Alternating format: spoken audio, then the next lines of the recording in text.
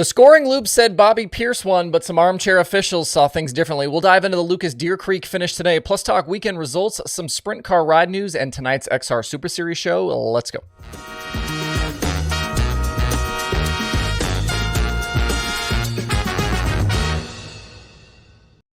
It's Monday, July 10th. I'm Justin Fiedler. This is Dirt Tracker Daily.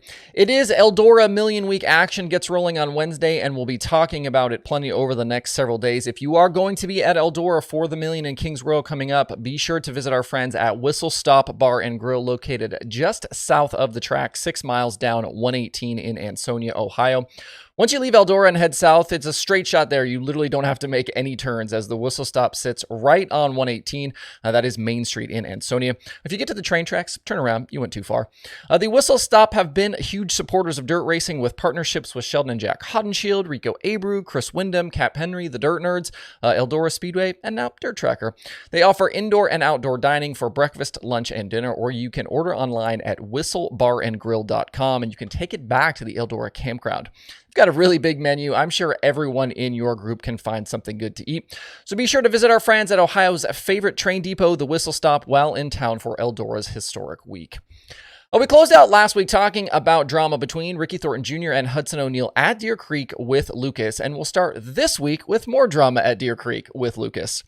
If you missed it, Saturday night in the 50,000 to win weekend finale, we had a photo finish between O'Neal and Bobby Pierce. Hudson O'Neal had taken over out front just before halfway from pole sitter Chris Madden, and he controlled the show down the stretch. Pierce had moved up from 10th to get into the mix, and Brandon Shepard was in pursuit as well. Late in the race, Pierce was able to reel in the Rocket House car with both drivers absolutely beating down the boards on top. On the final lap, O'Neal slipped up in 1 and 2 and caught the wall pretty hard, which allowed the 32 machine to close. Into 3, Pierce made his move, sending in a big slider and clearing O'Neal on the other side. Out of 4, O'Neal then dipped low for the crossover, and it was a drag race back to the finish. Initially, Dustin Jarrett and James Essex on the mics did not call a winner. Pierce celebrated immediately, but it was basically 10 minutes before we had an official announcement that Pierce was the victor by 0.02 of a second over O'Neal. Didn't take long, though, for the video dissection to begin and for some folks to be up in arms about the result. Based on a Flow Racing camera that isn't quite aligned with the flag stand, some are saying it's clear that O'Neal was the winner. But in the aftermath, internet sleuths have discovered that the scoring loop that was used to call the race for Pierce is actually before the flag stand. And I think this situation brings up a lot of interesting points. In my opinion, if the scoring loop says Pierce, then it's Pierce. That's the whole reason we use electronic timing and scoring in transponders, so we can avoid judgment calls. We obviously don't have a painted start-finish line on dirt tracks, and I think talk of theoretical lines or imaginary planes being broken is just not worthwhile. We need a hard and fast way to make these calls. If it isn't the scoring loop, then how do we decide where exactly the finish line is? Is it the front of the flag stand, the middle, the back, some point in between? It all feels too ambiguous, and I don't like ambiguous, especially when there is no visible line and no cameras pointed directly down the line to make an eyeball judgment. And my thoughts on this are exactly how the Lucas officials made the call. Series director Rick Schwally told Dirt on Dirt that they had video to look at which was too close to call, and they didn't have a shot from a photographer that was straight on. He said, quote, "So the most technical thing we have is the transponder system, and that says 32, and the transponders were in the same spot on both cars, so 32 is the winner," unquote. Seems fairly cut and dry to me. Are there better systems and better ways to do all of this? Yeah, probably. But in this instance, with the tools available, this was the right decision. I also saw chatter about the transponders themselves and their mounting location, but Lucas did check both cars and they were satisfied with where they were located. It's funny how nobody talks about things like transponder location until a situation like this pops up. These types of calls on photo finishes have been argued before, and there are plenty of racetracks around the country where the scoring loop and the flag stand don't line up, which has spurred some of these situations in the past. And some of those examples are fairly significant gaps between the loop and the flag stand. I was sent illustrations of both Red Dirt Raceway and Tri-State Speedway in Oklahoma where the loops and the stands are pretty far apart. Red Dirt on the left in the photo if you're watching on YouTube, and Tri-State on the right. And it's not uncommon for that to be the case, that the scoring loop and the flag stand are not near each other, and sometimes really far not near each other. I don't think that should necessarily be an issue, but I do think it's important that the loops are marked somehow so the fans and competitors can understand where exactly the line really is. I had one series official send me a quite lengthy email with some fantastic explanations of a lot of this, and he said that flag stands are no longer the start-finish line in our sport, but rather they have just become a signal stand with the line elsewhere at some places, and I think that makes a lot of sense and is fine as long as that line or loop is clearly marked. I think that would go a long way towards avoiding some of the backlash like we saw on Saturday. A couple of other points here that I think are important. On Twitter yesterday, I got asked about the photo systems used for horse racing and how viable they would be for a case like this. Roger Slack, who used to run Eldora, jumped in and said they had a chance to buy a used system like this several years ago for Eldora, but it came with a price tag of over $50,000, and it didn't include some of the necessary parts and pieces, so clearly that probably isn't an option for most racetracks. I also think it's worth noting that neither O'Neal or anyone from the Rocket side seemed particularly upset about the call. O'Neal was much more bothered by the fact that he felt like he threw the win away with some of his mistakes, allowed Pierce into the fight. Feel free to use the comment section below to weigh in on all of this. Ricky Thornton Jr. maintains the Lucas points lead, even though he was 14th in the Saturday feature after needing a B-main transfer. Tim McCready still holds that all-important 4th position with Jonathan Davenport 85 points back. Lucas is right back to racing tomorrow night at Davenport Speedway in Iowa. Before we move on and get into a bunch more stuff from the weekend, I did want to give you a DIRTRACKR swag update. We did a big merch drop last week with new hats and shirts. Actually, I'm wearing the shirt, and I'm down to just a single graphite flex fit left. This is the last one of these I have, and it is a small medium. I do still have some of the black flex fits left in the large, extra large size. I also dropped the price on the old t-shirts, the sprint car shirt, the late model shirt. Those are now just $10 if you want one. The sizes in those are limited though, as stock is low.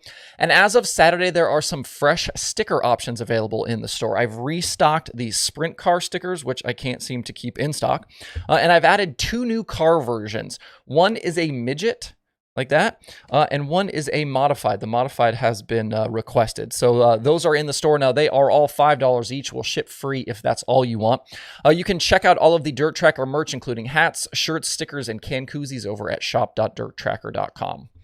With the word about sprint cars over the weekend, the Friday show at 34 Raceway was rained out. I know some folks were upset about the plug being pulled there, but as I've said before, I'm not going to criticize tracks and facilities for their decisions on weather-affected days. No matter what they do, it's bad for everyone. If there's rain in the forecast, everybody loses. That's just how it is. On Saturday, the Outlaws headed to Wilmot Raceway in Wisconsin, and after sitting on the pole, Carson Macedo got by early leader Donnie Schatz on lap 16, led the rest of the way for his 4th win of the season, and first in over a month. Macedo obviously had that terrible crash at Knoxville back in June, and it was good to see him and that team score a win again. Plus, it was Jason Johnson's birthday this past Friday. Brad Sweet went 4th to 2nd, Sheldon Haudenschild 10th to 3rd. Headed to Attica on Tuesday for the Brad Doty Classic. Sweet's championship lead over David Gravel is now 12. Macedo is 50 back. And around the Outlaw shows, we did get some sprint car ride news as well. Roth Motorsports announced that Buddy Kofoid will continue with the team through the end of the season.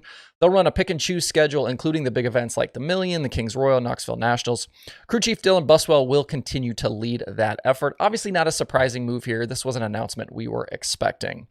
As for Hunter Schuerenberg, we know he's running the Million and Kings Royal this week with Swindell Speed Lab, but he may have found a more permanent home with Kevin Newton.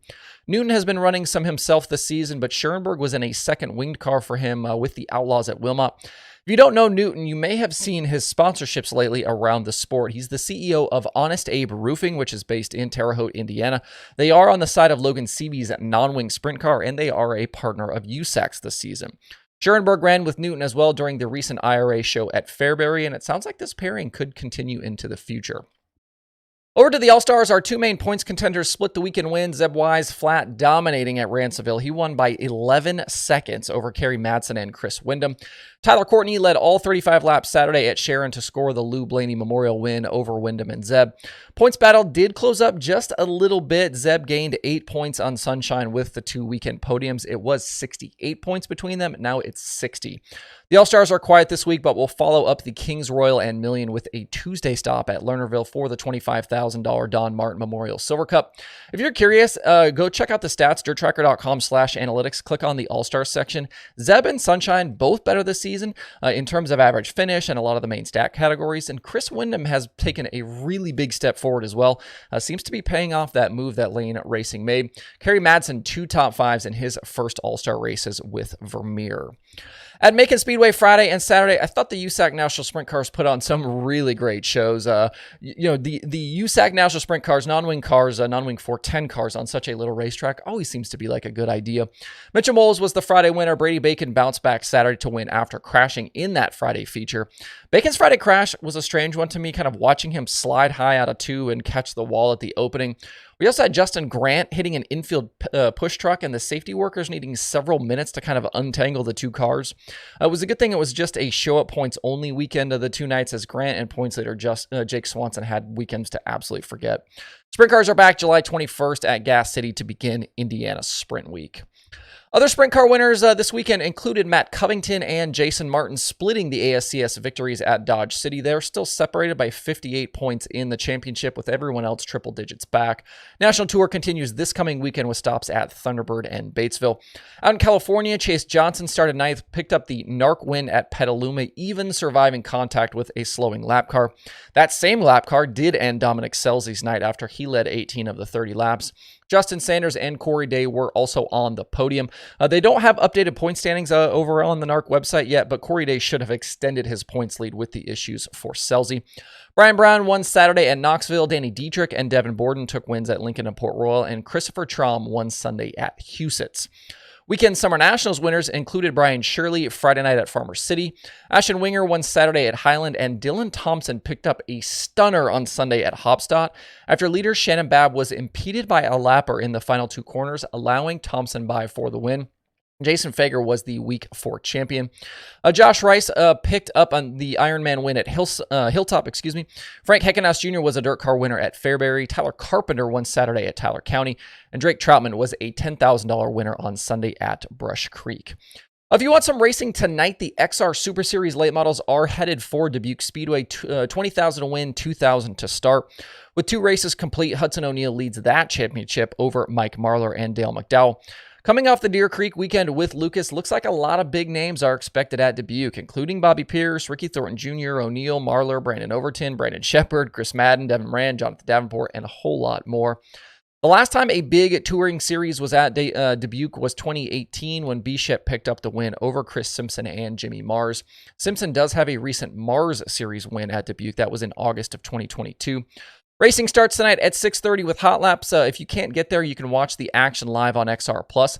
If you need an XR subscription, click the link below in the video description or the XR links over at DIRTRACKR.com. That helps me out, gets you all of their action, including the upcoming Northern Storm Tour. That's it for the daily today. Hope you guys have a good Monday out there. We'll see you right back here tomorrow.